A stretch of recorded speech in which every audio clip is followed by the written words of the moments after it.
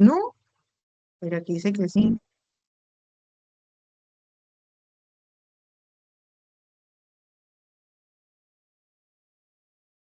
Ahorita sí. Sí, aquí ya Sí, está. Bueno, hola a todos, espero se encuentren muy bien. Eh, Somos estudiantes del programa de Contaduría Pública del 10º semestre de la Universidad de la Amazonia. Hoy vamos a socializar un tema en donde nos corresponde abarcar en la asignatura de Cátedra de Paz, que es el conflicto armado en Colombia. Los expositores son Johan Camilo Plata Escobar y quienes habla Liz Daniela Urrego Iriarte. Bueno, para ponerlos un poco en contexto, eh, el conflicto armado en Colombia pues nos ha afectado tanto directamente como indirectamente a todos los ciudadanos colombianos. Pues este conflicto pues ha sido un proceso histórico, político y social que se ha extendido por más de 6 décadas. Su origen está profundamente ligado a la desigualdad social, la concentración de la tierra, la exclusión política y la falta de oportunidades. En ese escenario se generó un ambiente de conformidad que impulsó el surgimiento de grupos armados de izquierda y derecha, quienes desde su perspectiva opuesta pretendieron imponer su visión de país. La violencia se convirtió en una forma de expresión política, dejando millones de víctimas y marcando profundamente la historia nacional.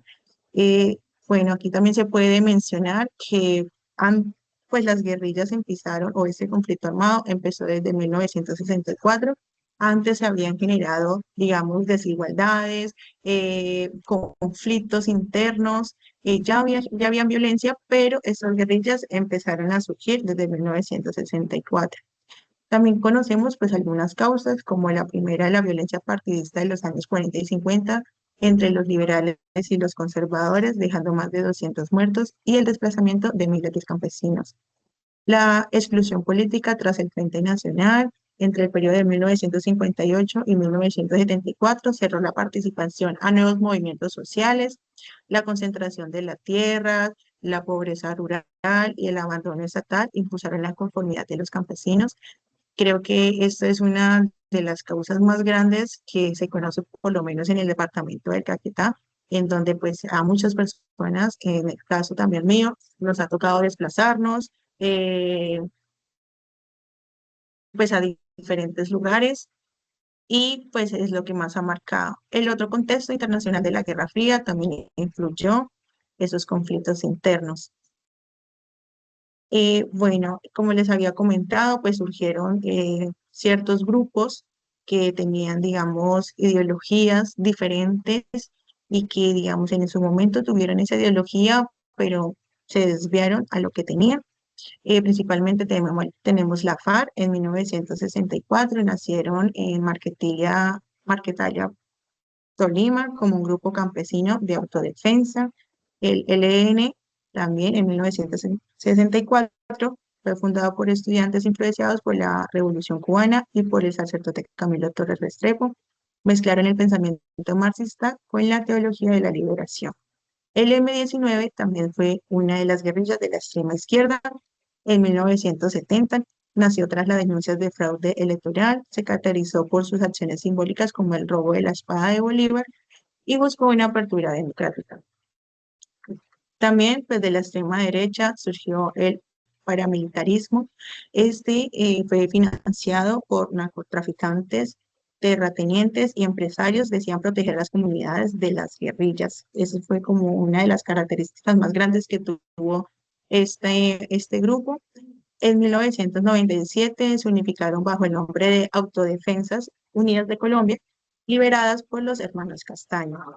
Y otra característica de este grupo es que cometieron graves crímenes en la humanidad, como masacres, desplazamientos y desapariciones forzadas, afectando principalmente a campesinos y comunidades indígenas.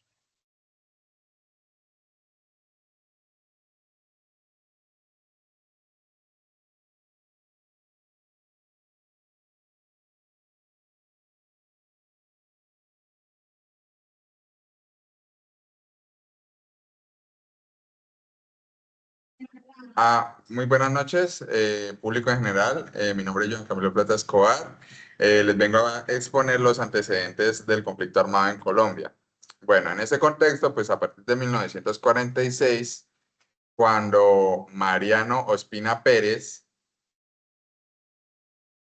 por favor, podría cambiar la diapositiva, gracias. Sí, Cuando Mariano Ospina Pérez asumió la presidencia de Colombia, pues su gobierno fue una coalición del Partido Liberal, pero las tensiones entre los conservadores y liberales ocasionó un estallido social que surgió en distintas regiones del país por simpatizantes de ambos partidos. A diferencia de otros momentos, esta violencia no se detuvo, sino que se extendió por buena parte del país, pues alimentada por las rivalidades entre los dos partidos, que era el conservador y el liberal. En ese contexto, pues surgió una figura muy importante que se llamaba Jorge Eliezer Gaitán, líder del Partido Liberal. Por favor, ¿lo puede cambiar? Que ya. representaba pues la esperanza de los sectores populares. Gaitán logró unir al liberalismo y movilizar a grandes masas, pero pues el 9 de abril de 1948 fue asesinado en Bogotá. Su muerte ocasionó una reacción inmediata, ocasionada por disturbios que arrasó la capital y se extendió por muchas ciudades del país. Este hecho mayormente es conocido como el Bogotazo. Durante estos días, pues hubo saqueos, incendios, enfrentamientos violentos, entre otros factores que afectaron al país. Aunque algunas teorías pues culparon o hubieron conspiraciones comunistas o extranjeras, la mayoría de los historiadores considera que fue un acto individual y que las protestas surgieron de manera espontánea.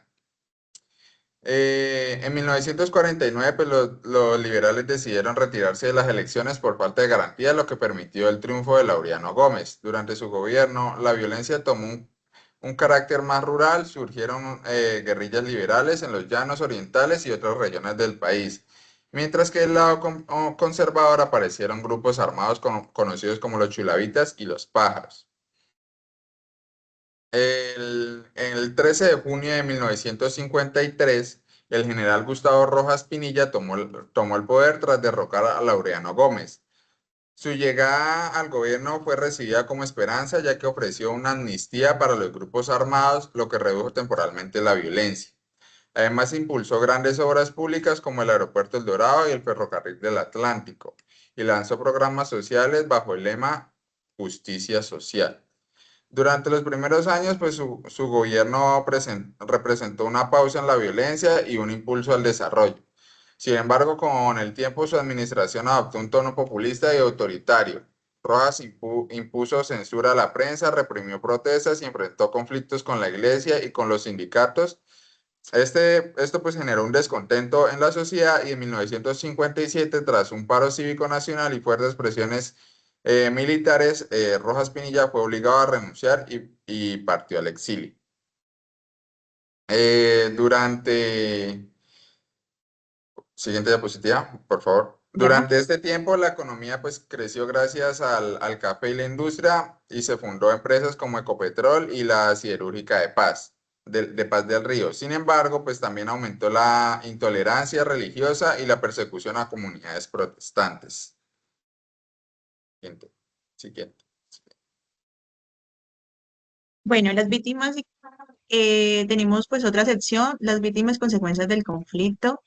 Bueno, pues ya todos sabemos que pues el conflicto lleva muchísimos años, desde que pues siempre se ha ido en conflicto, también pues se han hecho pues acuerdos de paz, pero sin embargo todavía sigue y pues una de las consecuencias es que ha dejado más de 9 millones de víctimas registradas entre asesinatos, desapariciones y desplazamientos forzados, más de 7 millones de personas expulsadas de sus territorios, afectación económica. La guerra destruyó la productividad rural, incrementó la pobreza y afectó la inversión. Y pues claramente un impacto social y cultural, ruptura del tejido comunitario, miedo, pérdida de confianza y fragmentación familiar. Pues siempre hay que recordar que el conflicto no solo generó víctimas físicas, sino que también heridas emocionales y sociales que aún persisten en la memoria colectiva.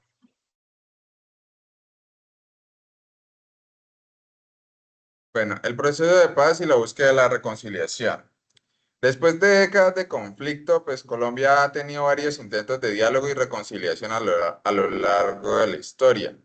Uno de los primeros fue durante el gobierno de Belisario Betancur en 1982, cuando se realizó el primer intento formal de negociación con las FARC y el M-19. Con la FARC no hubo oportunidad, sin embargo, con el M-19 en 1990 se logró la desmovilización de este grupo armado, lo cual permitió su participación política y fue clave en la creación de la Constitución de 1991, uno de los mayores logros democráticos del país. En 2003 y 2006 se dio la desmovilización de las Autodefensas Unidas de Colombia, mayor conocidas como las AUC. Aunque este proceso redujo su fuerza militar, también dio origen a nuevos grupos criminales que continuaron perdón, afectando la seguridad nacional. Finalmente, en el 2016, con el gobierno de Santos, se firmó el acuerdo de paz con las FARC, marcando un avance histórico hacia la reconciliación. Sin embargo, este no fue del todo positivo, ya que siempre surgieron grupos conocidos como las disidencias de las FARC. Bueno, además de este acuerdo significó un paso importante en la búsqueda de la paz. Para su implementación sigue siendo un desafío, ya que aún existen zonas del país donde la violencia persiste y donde la reintegración de excombatientes enfrenta dificultades. Siguiente. Bueno, finalmente, pues un mensaje reflexivo que damos con esa sustentación es que la paz no es la ausencia de la guerra, sino la presencia del respeto, la justicia y la dignidad. Cada víctima merece ser recordada, cada historia contada y cada vida valorada. Construir la paz es honrar la memoria y elegir el amor sobre el rencor. Muchísimas gracias, agradecemos pues a todo el público que nos escucha. Espero pues esto haya sido de su agrado y de información. Eso es todo. Muchísimas gracias.